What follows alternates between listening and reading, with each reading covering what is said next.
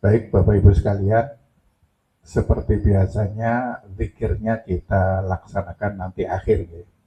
Zikirnya kita laksanakan akhir dan kita akan sharing. Kita akan bersama-sama mendengarkan tentang tema ini ya. Tema beberapa waktu yang lalu ada yang minta diperpanjang. Jadi temanya apa tadi? Temanya itu mengejar jodoh, kemudian mengukir nasib dan menyongsong takdir. Jadi ada 3 itu, ada yang minta diperpanjang. Oleh karena itu saya minta pendapat dulu, ya, pendapat dulu ini karena ngabari, ya. Meskipun nanti saya akan nyampaikan, insya Allah sharing yang diminta di grup itu tentang perjalanan ibadah yang kemarin. Mudah-mudahan ada kesempatan untuk menyampaikan itu tentang mengejar jodoh ini. Nah, pertama ini siapa yang nyampaikan? Monggo. Ini siaran langsung. Ayo, Ustaz Razi, gimana pendapatnya tentang mengejar jodoh? Ayo, tes. 1, 2, 3, tes. Ayo. Tes, kok nggak bisa ini? Tes. Tes. Ya, ayo, siapa ayo? Kita terus sih, biar masuk di ya. Gimana tentang mengejar jodoh ini ya, Bob? Menurut Ustaz Razi. Assalamualaikum warahmatullahi wabarakatuh. Waalaikumsalam warahmatullahi wabarakatuh. Alhamdulillah, pada malam hari ini kita bisa berkumpul dengan tema mencari jodoh. Masalahnya saya udah dapat jodoh ya. Mencari jodoh. Ya, mengejar ya. Gimana itu? Jodoh itu perlu dikejar Pak Razi? Iya. Gimana dulu cerita? Lebih spesifik lagi, ini untuk jodoh di sini itu apakah jodoh pasangan atau jodoh pekerjaan atau jodoh rezeki atau jodoh rumah dan lain sebagainya. Jodoh di sini spesifikasinya apa, Ustaz? Awalnya dulu yang request itu untuk pasangan. Kalau sudah dapat pasangan cerita gimana dulu ceritanya kok bisa ketemu jodohnya? Ayo, ini iya. Mengejar apa enggak yang dulu? Jadi ini nanti terkesan lebih ke curhat ini, Ustaz. Enggak apa-apa. Apa itu kan kehidupan. Kehidupan itu iya. Ternyata Ustadz Rozi dulu nggak mengejar, tiba-tiba dapat. Iya.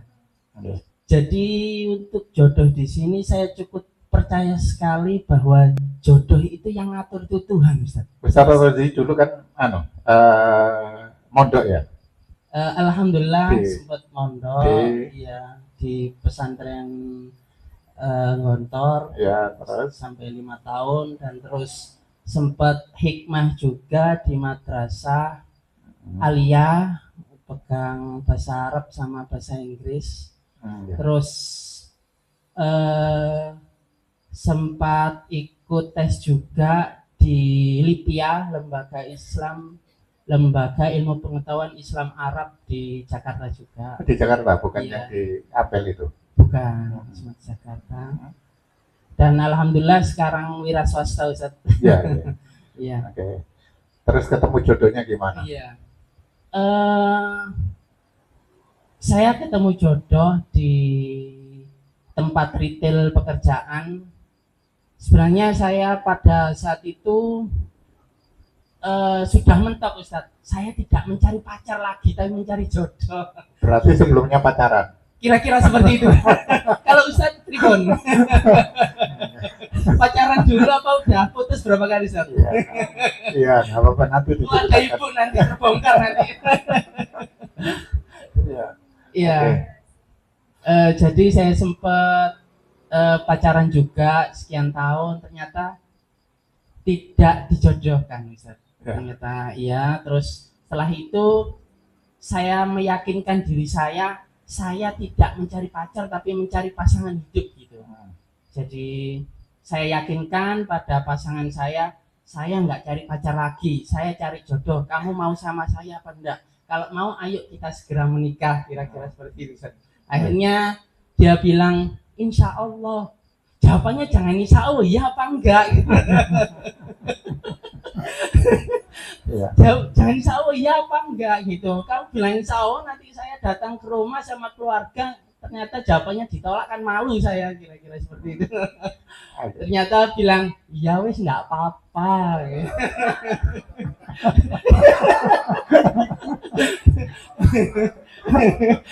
Wah, jadi tahu semua ini, saya malu ini. Ya, hidup itu kan macam-macam, nanti saya ceritakan. Iya, iya. Jadi alhamdulillah ternyata tanpa pacaran, kita pacarannya setelah menikah, Ustaz. Jadi setelah menikah banyak hal-hal baru yang kita rasakan, dan alhamdulillah sekarang sudah berjalan 10 tahun. Kira-kira seperti itu, Ustaz. Ya. Oke, alhamdulillah ya. Jadi ada yang menurut begitu. Kemudian kalau menurut Ustadz Rosi gimana kalau pacaran? Kalau menurut saya pacaran itu lebih banyak mudaratnya, Ustaz. Iya. Jadi untuk Mas sini nggak ada itu sih, nggak ada mas-mas remas gitu, kayaknya lebih seru kan. Ya. Sudah bapak-bapak udah lebih pengalaman semua ini, saya nggak perlu cerita. Ya, kemarin Sama ibu loh, ibu sampai merah ini, pengalaman juga kayaknya. nggak apa-apa, ini yang request barangkali sedang menyaksikan ya. Jadi iya, ini kan iya, sedang iya. live juga. Ada banyak yang melihat juga. Saya lihat ini ada banyak yang menyaksikan, nggak apa-apa. Iya, Jadi nanti saya jelaskan antara Jadi lain. menurut saya pacaran dari sudut pandang saya yang usia saat ini sudah mulai menginjak 44 tahun, itu tentunya melihat fenomena pacaran sudah menjadi sudah tidak menjadi hal yang dulu waktu muda sih menghalalkan, sekarang sudah mulai menjadi orang tua kayaknya banyak haramnya deh. Ya, jadi mungkin bapak-bapak yang punya anak udah mulai remaja, kalau pacaran suruh nikah aja, kira-kira suruh. Karena dari si cowok itu kadang pertimbangannya banyak, baik dari pertimbangan ekonomi, baik dari pertimbangan pilihan-pilihan yang lain. Nanti dengan berjalannya waktu bisa berubah. Mungkin bapak-bapak juga yang udah punya ibu mungkin kadang-kadang berubah pikiran mungkin. Ingin ganti.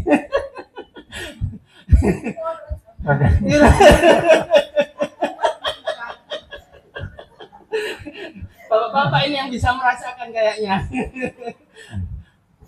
Kira-kira seperti itu, Ustaz. Oke. Baik, dimatikan saya komentari. Yang pertama, ternyata kenyataannya memang ada dua sisi.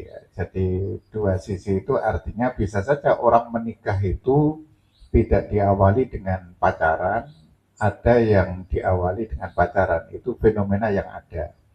Jadi ada yang kayak begitu. Tapi apapun berangkatnya, itu tetap harus pada saat melaksanakan pernikahan itu harus mensucikan dan memurnikan diri untuk betul-betul bukan karena nafsu.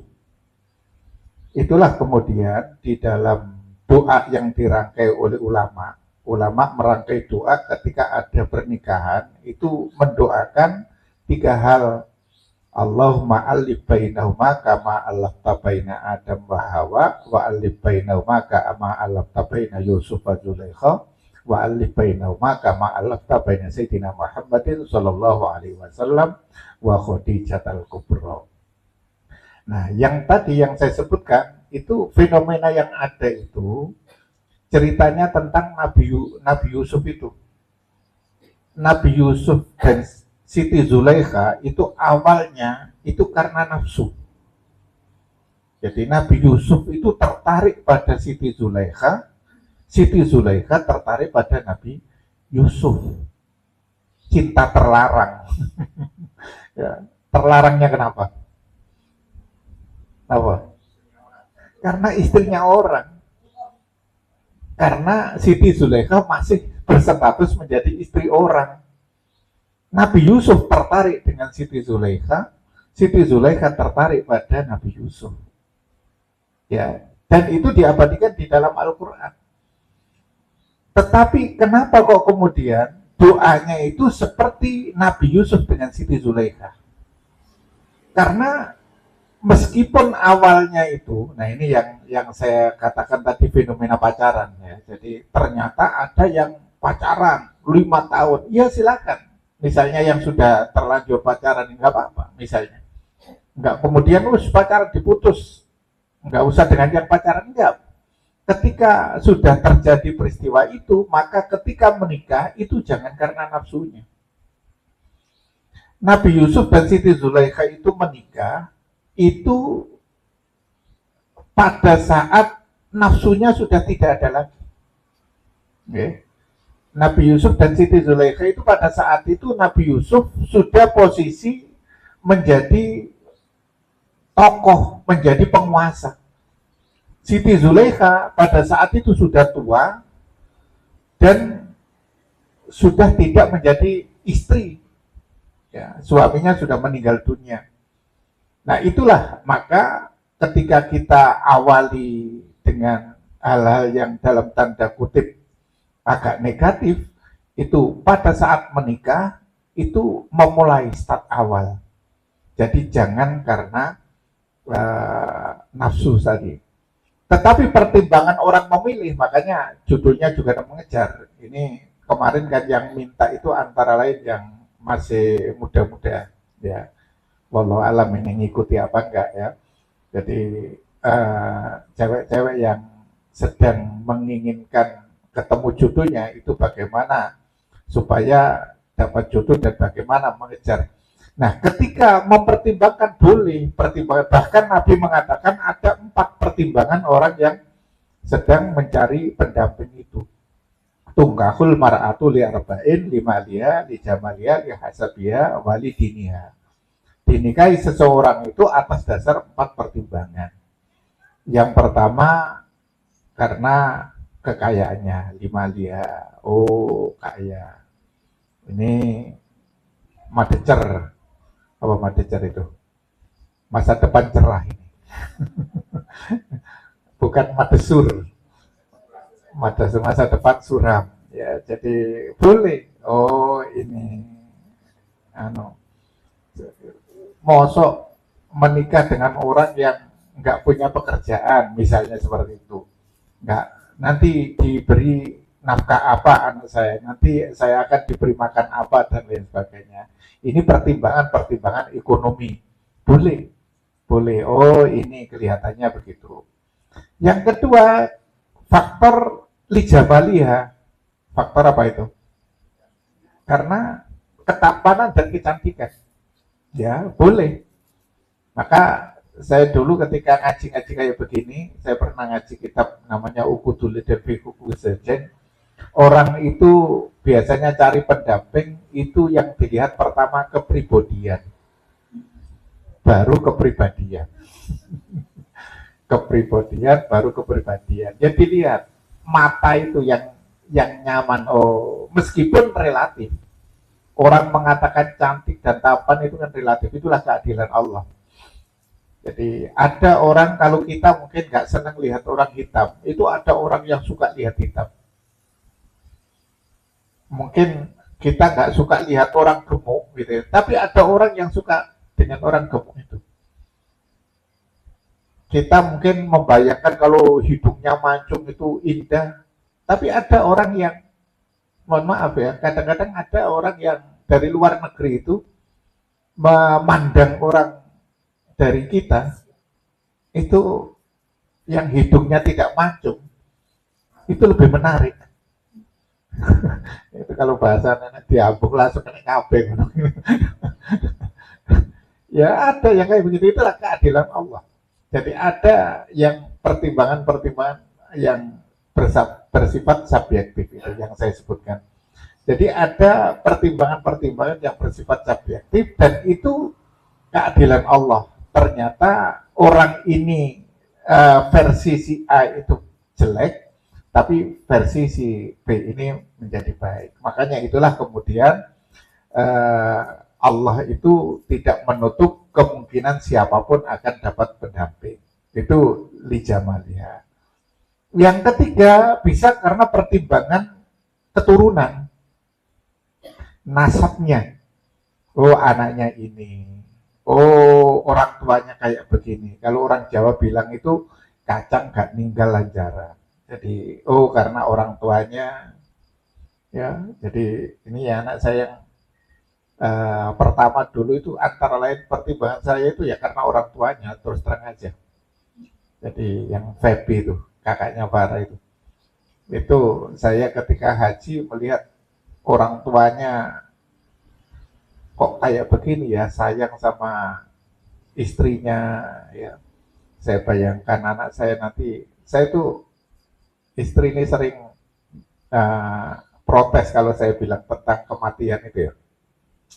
Jadi saya bayangkan kalau saya meninggal dunia itu kan bagaimana anak saya aman gitu. Ya meskipun saya ngomong kalau saya meninggal dunia itu bukan berarti terus minta meninggal dunia, tapi kan kita harus siap kapanpun. Baru saja teman saya Pak Pardi, kepala Kandepak Kemenang, itu kan meninggal dunia. Padahal sebelumnya itu WA sama saya. Jadi saya rapat di Malang itu hari Kamis, itu sedang memperjuangkan beliau untuk pindah dari struktural menjadi fungsional untuk disetujui. Jadi kalau bahasa guyonannya itu dosen NU. Dosen NU itu dosen nambah umur karena kalau nggak pindah jadi dosen itu pensiun. Karena struktural itu pensiunnya usia berapa gitu saya nggak paham, tapi mau pensiun jadi sekian tahun pensiun. Tapi kalau jadi dosen itu pensiunnya menjadi 65. Makanya diistilahkan dosen NU. Dosen nambah umur istilahnya gitu. Nah di ACC pindah ke dosen.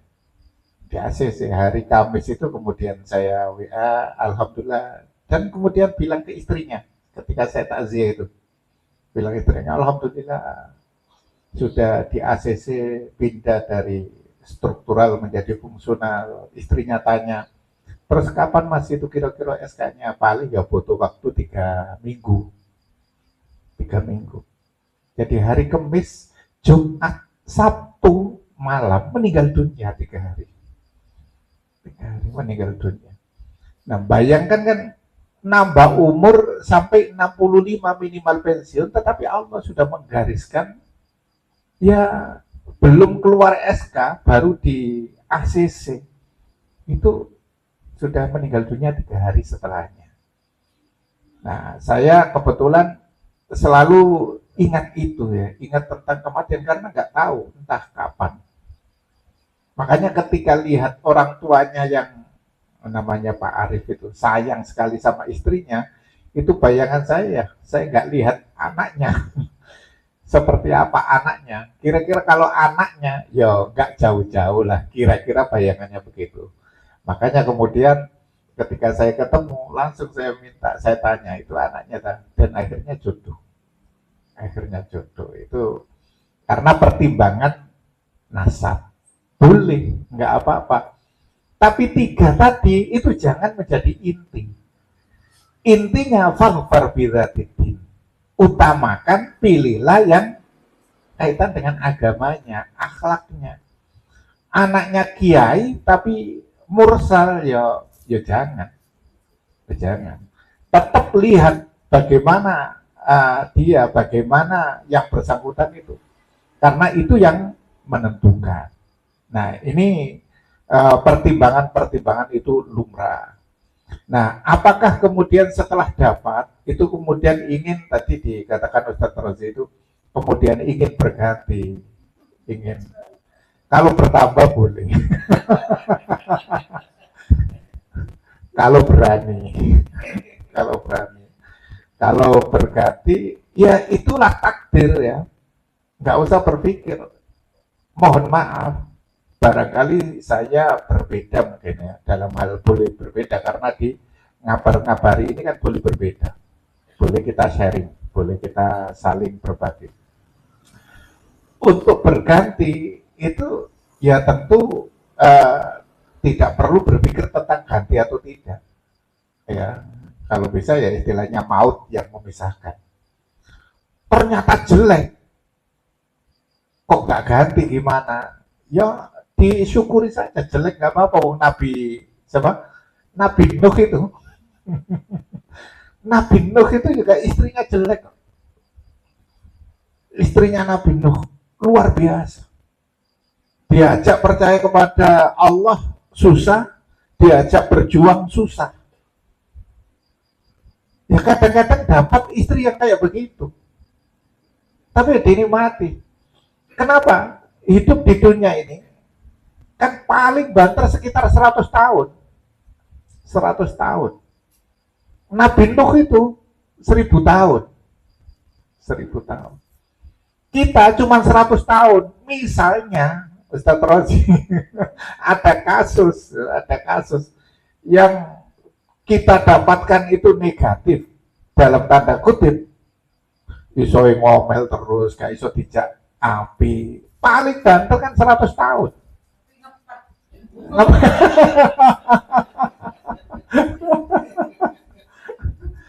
Bilang ya, sampaikan ke Allah, ya Allah, kan gitu kan. Sekarang saya tidak dapat yang terbaik, nanti beribu-ribu tahun di surga saya akan dapat gantinya lebih baik. Kan gitu kan? Kan gitu. Sekarang nggak dapat, nanti di surga kan dapat. Menurut saya dipertahankan. Menurut saya dipertahankan. Ya banyak kasus-kasus yang kayak begitu. Kurang apa? Yang sekarang kebalikannya. Kalau Nabi Nuh itu, Nabi Nuh baik, istrinya tidak baik. Ya, istri itu kadang-kadang kan ada yang memang bisa diajak berjuang, ada yang tidak. Ya. Bahkan diberitahu tentang kebenaran itu nggak percaya. Dan bukan hanya istrinya, anaknya.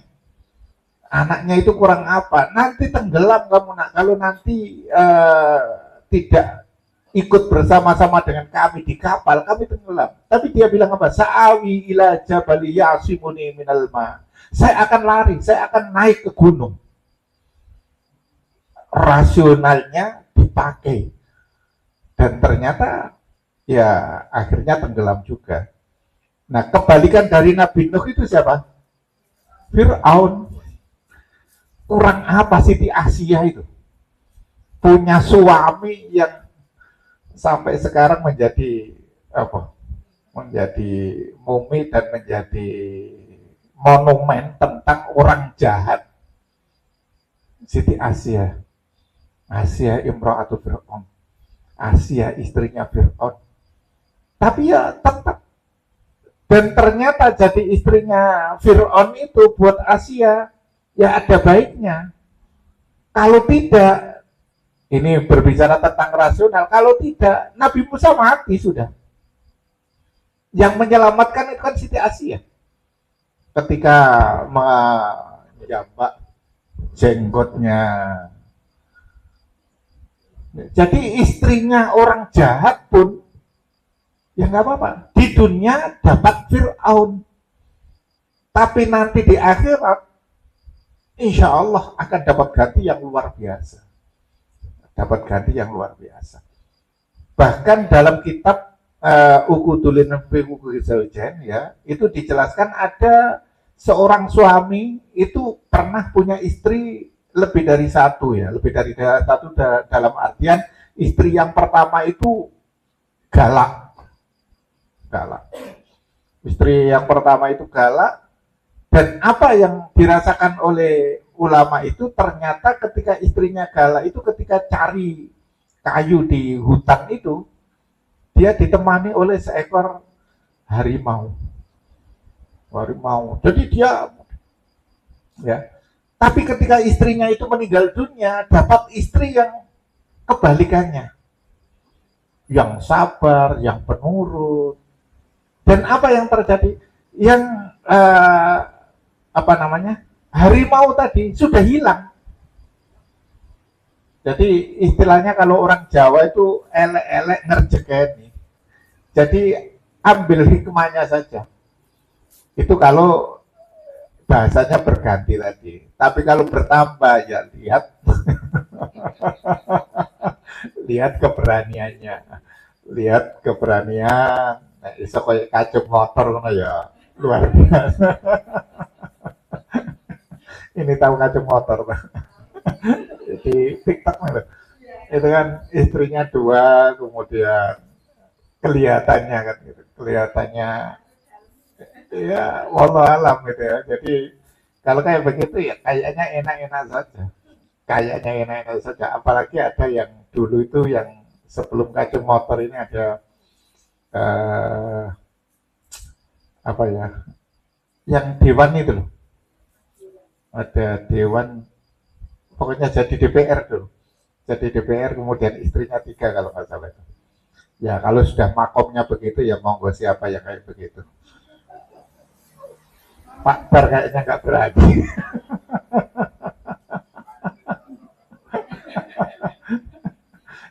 Pak Imam kalau ditanya wis kadung Pak gak biyen-biyen. Ya, jadi ya itulah kemudian saya ceritakan ternyata apa yang terjadi pada kita itu nggak lepas dari ketentuan takdir. Nah, bagaimana kita bisa menerima takdir itu? Itu yang saya tambahkan cerita habis haji itu.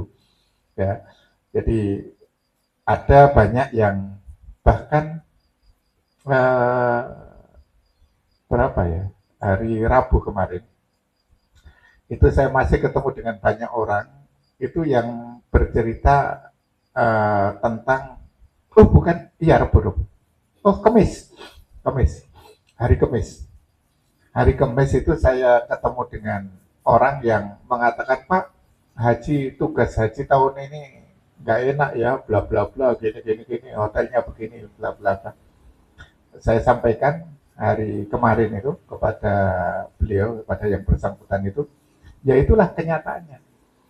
Jadi dalam hidup ini kadang-kadang apa yang terjadi itu tidak bisa diprediksi. Bayangan saya berangkat haji, mohon maaf Bapak Ibu sekalian ya. Saya tahun ini berangkat itu membayangkan ingin mendampingi orang-orang yang penuh dengan kebahagiaan. Merencanakan kayak begitu. Saya bayangkan bahwa saya mendampingi jamaah yang sudah sekian puluh tahun daftar dan sekarang berangkat. Alangkah bahagianya ketika berangkat haji. Tiba-tiba di perjalanan saya melihat kok kayak begini. Ternyata suami dan istri terpisah. Hotelnya juga terbagi menjadi 17. Saya ini hotel menjadi 17. Sektornya menjadi 6 dan seterusnya. Kok kayak begini? Saya kemudian dalam hati saya kemudian berkata begini, kayak Allah ini berkata kepada saya, Din, iki lho sing kon jaluk. Inilah yang kamu minta. Jadi yang saya bayangkan saya ketemu dengan orang-orang yang penuh dengan kebahagiaan, inilah kenyataannya. Padahal ketika menjelang berangkat itu betapa bayangan tentang hal-hal yang seperti tadi nggak ada. Kenapa? Ada 8 syarikah. 8 syarikah itu artinya mereka berkompetisi untuk menjadi yang terbaik. Mereka berupaya untuk memberikan pelayanan yang paling istimewa. Tapi ternyata ya itulah hidup itu kayak begitu. Jadi kadangkala orang menikah pun kadang-kadang apa yang dibayangkan itu dalam kenyataannya nggak sama. Koyok-koyok ini kok ternyata seperti ini. Dan itu harus diterima. Itu harus diterima. Ikhtiar sebelumnya memilih, memilah, itu ada. Tetapi ketika sudah menjadi ketetapan, ya itu harus diterima. nrimo ing paduk. Biyen niku sehat, tiba-tiba habis menikah langsung sakit. Ada yang kayak begitu. Terus ngeramut akhirnya.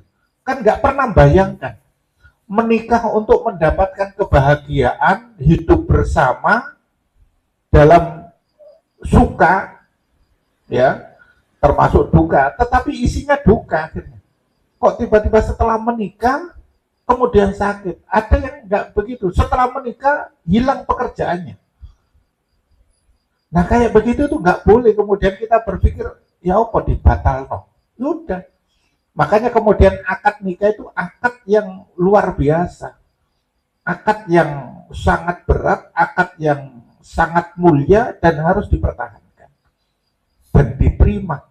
Apapun, positif, negatif, itu kita terima. Karena sejelek-jelek tadi, yang ngempet, kata ibu tadi, Bu Imam tadi, ngempet itu, ngempet paling suwe, itu kan 100 tahun, paling suwe ngempet itu. Bayangkan aja, bayangkan 100 tahun paling ya.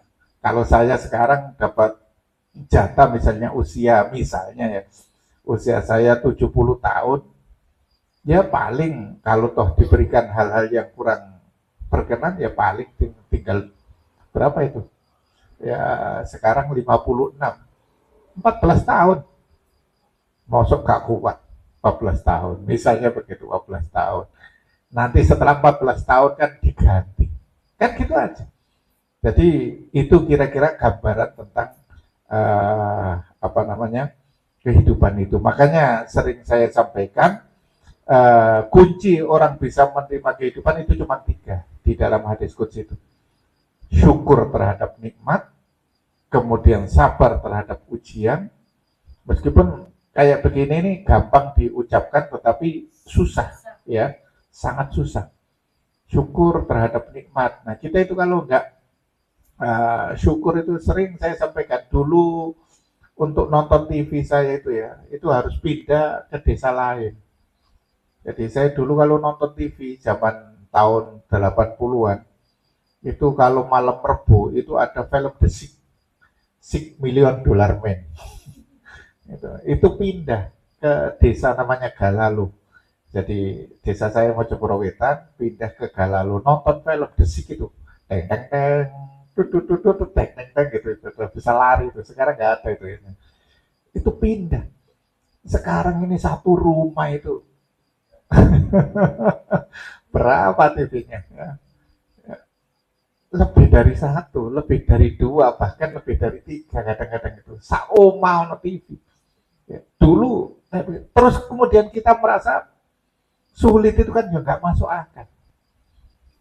Dulu kalau misalnya dulu dari sini ke Masjid Raya sana itu jalan itu kayak biasa. Sekarang ini nggak usah ke Masjid Raya, nah Indomaret itu aja.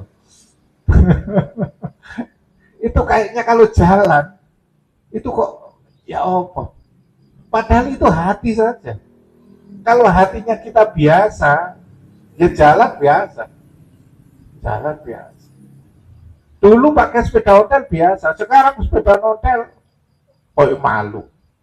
Sepeda welek malu. Padahal ya, nah, ini yang kemudian bagaimana kita mensyukuri kehidupan ini. Syukur terhadap nikmat yang diberikan. Nah kita kadang-kadang ngapunten Bapak Ibu, ngapunten.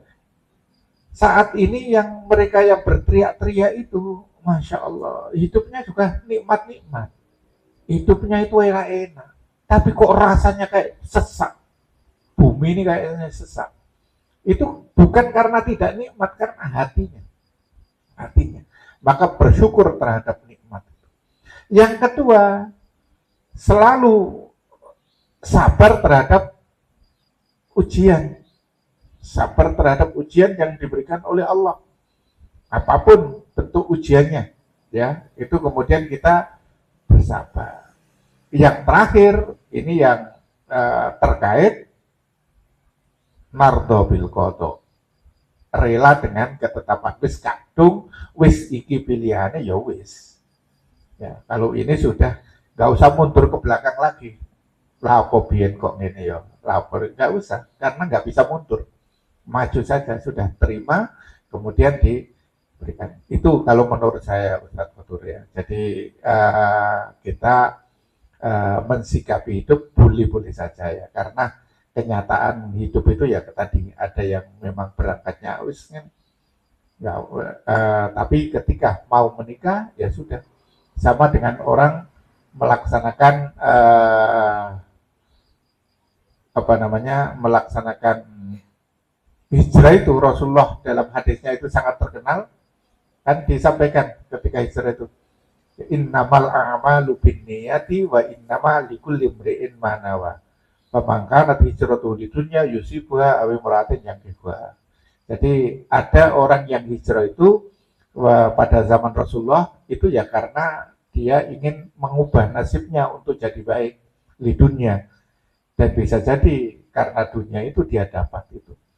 Ada juga yang hijrah itu karena ingin mendapatkan pendamping, dan mungkin dia mendapatkan pendamping karena hijrah itu.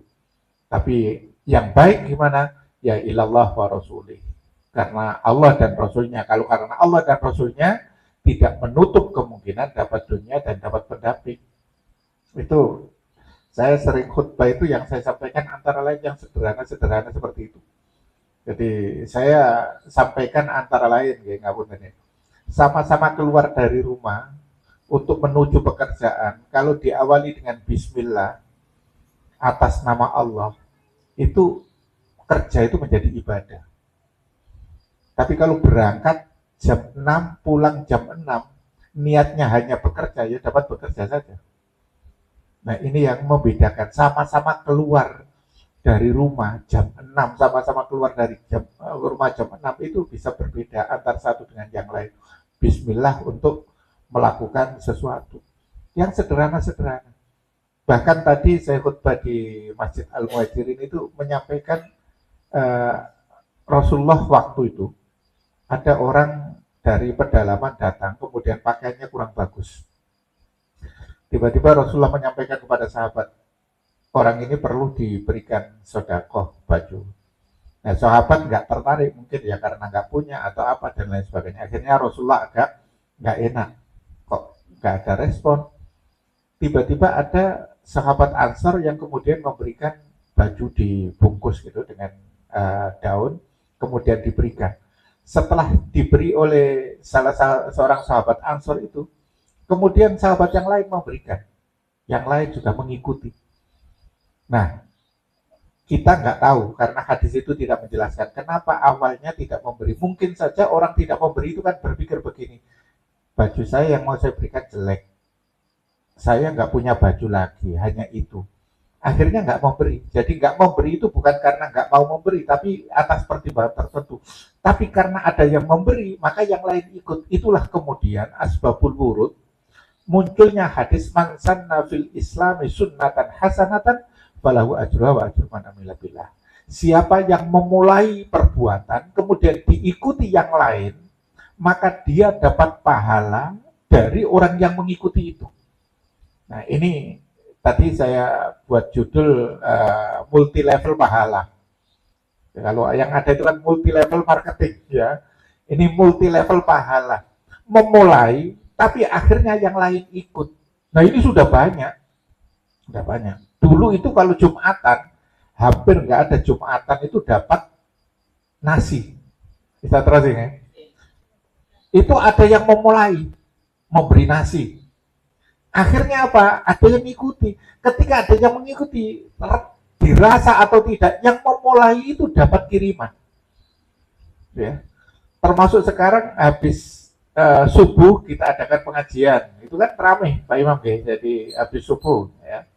Karena trennya dan memang waktunya, timingnya mungkin agak pas setelah subuh daripada setelah isya. Makanya yang setelah isya itu jamaahnya tidak terlalu banyak mungkin, dan waktunya memang agak susah. Saya sendiri cari waktu itu juga masih belum ketemu. Ini yang termasuk Selasa yang kemarin itu karena bebek-bebek ini. ya ngambil waktunya gitu-gitu ya, nggak apa-apa ya, karena ada ya. Jadi karena saya tinggal haji itu kan 2 bulan, 2 bulan, kemudian ngejar untuk tesisnya supaya cepat selesai. Saya punya waktu hari Selasa, ya hari Selasa digunakan itu. Karena setelah itu saya tinggal lagi, insya Allah. Nanti bulan depan saya berangkat lagi, insya Allah kayaknya begitu. Nah, itu ada yang kayak begitu. Nanti mungkin ada dicoba timingnya. Ada masjid itu sederhana. Tadi saya sampaikan pada waktu khutbah itu. Mungkin yang lain mungkin menganggap gimana. Tapi saya pernah masuk masjid itu. Ketika keluar, itu sandal itu sudah berbalik. Kan sederhana. Sederhana. Akhirnya keluar dari masjid itu enak. Sandal itu sudah cuma pak semuanya. Itu nanti lama-lama kalau ada yang mengikuti, yang mengawali kayak begitu itu loh dapat. Sekarang masih belum. Itu saya lihat di masjid mana ya? Di masjid daerah Sidoarjo kalau nggak salah. Jadi saya keluar dari masjid, itu sudah sandal itu menghadap keluar semuanya. Jadi ditata kayak begitu. Itu namanya mansan nabil islami sunnatan hasanatan. Oh, sandal kok disampaikan dalam khutbah Jumat. Oh, Nabi itu menyampaikan memindah duri di jalan itu. Itu masuk hadis masalah duri. Apalagi sandalnya orang yang sedang Jumatan. Kemudian Jumat yang lalu itu saya ada di masjid, dan ternyata di masjid itu, ini di Delasari, Masjid Nurul Hidayah, itu ada satu tempat khusus untuk anak-anak. Jadi saya waktu itu tanya, kok nggak kedengaran suara anak-anak sama sekali? Anak-anak dijadikan satu tempat, Pak, dan di situ ada ini, dan lain sebagainya. Jadi disentralisir di satu tempat kira-kira 2 kali ini, ruangan ini, yang khusus Jumatan itu untuk anak-anak di situ. Khusus. Nah kayak begini ini kalau dicontoh yang lain kan akhirnya, oh di sana loh tertib, jamaahnya banyak, anak-anaknya banyak, tapi tenang. Ternyata kayak begitu. Nah bagaimana kita melakukan kayak begitu itu? Mansan nabil islami sunnatan hasanatan falahu ajruha wa ajru man amila biha. Jadi siapa yang memulai sesuatu yang baik dan diikuti yang lain, maka dia dapat bagian dari orang yang mengikuti itu. Nah ini banyak yang yang dianukan, termasuk Masjid Jogokaryan ya, di mana itu di Jogja itu ya.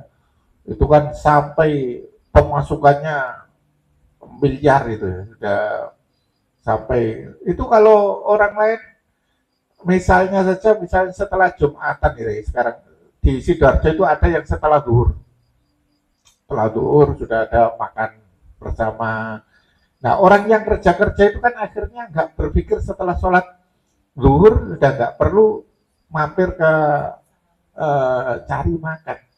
Akhirnya orang sholat zuhur dengan tenang. Bahkan tentang ada orang yang niatnya hanya cari makan, ya nggak apa-apa, begitu aja. Memberi makan orang baik kok. Orang baik. Ada yang kemudian ada, ini Ustadz Rozi karena di masjid, ada di setelah masjid di kanan itu ada sekian kulkas, kemudian ada minuman dingin itu. Jamaah itu tinggal memasukkan gitu aja. Jadi memberi nggak memberi, tapi saya sempat ngamati semuanya memberi. Kan berpikir begini, daripada saya beli di luar, kan lebih baik saya ambil di sini. Tentang ada 1-2 orang yang hanya ngambil, tidak kemudian ngasih uang, itu kan tertutup barangkali, tertutup dengan yang memberi itu. Yang memberi kan mungkin harganya satu minuman itu taruhlah 15.000 misalnya. Itu kan bisa saja orang memberi 20. Kumpulan dari 20. Nah, yang lebih itu kan akhirnya bisa nutup. Tentang ada 1-2 orang yang karena tidak diawasi, tapi saya lihat juga ada kameranya. Ada kameranya mungkin untuk jaga itu, jadi tetap terpantau oleh kamera itu. Nah kayak begitu kan perlu disosialisasikan. Oh, itu namanya mansan abil islami sunnatan hasanatan. Baik, Bapak Ibu sekalian, tinggal 10 menit ya, untuk kita pikir bersama-sama. Mudah-mudahan apa yang kita lakukan senantiasa diridhoi oleh Allah Subhanahu wa taala. Apa yang kita cita-citakan akan dikabulkan oleh Allah, apa yang tidak kita sukai dijauhkan oleh Allah. Kita awali dengan membaca surat Al-Ikhlas 3 kali.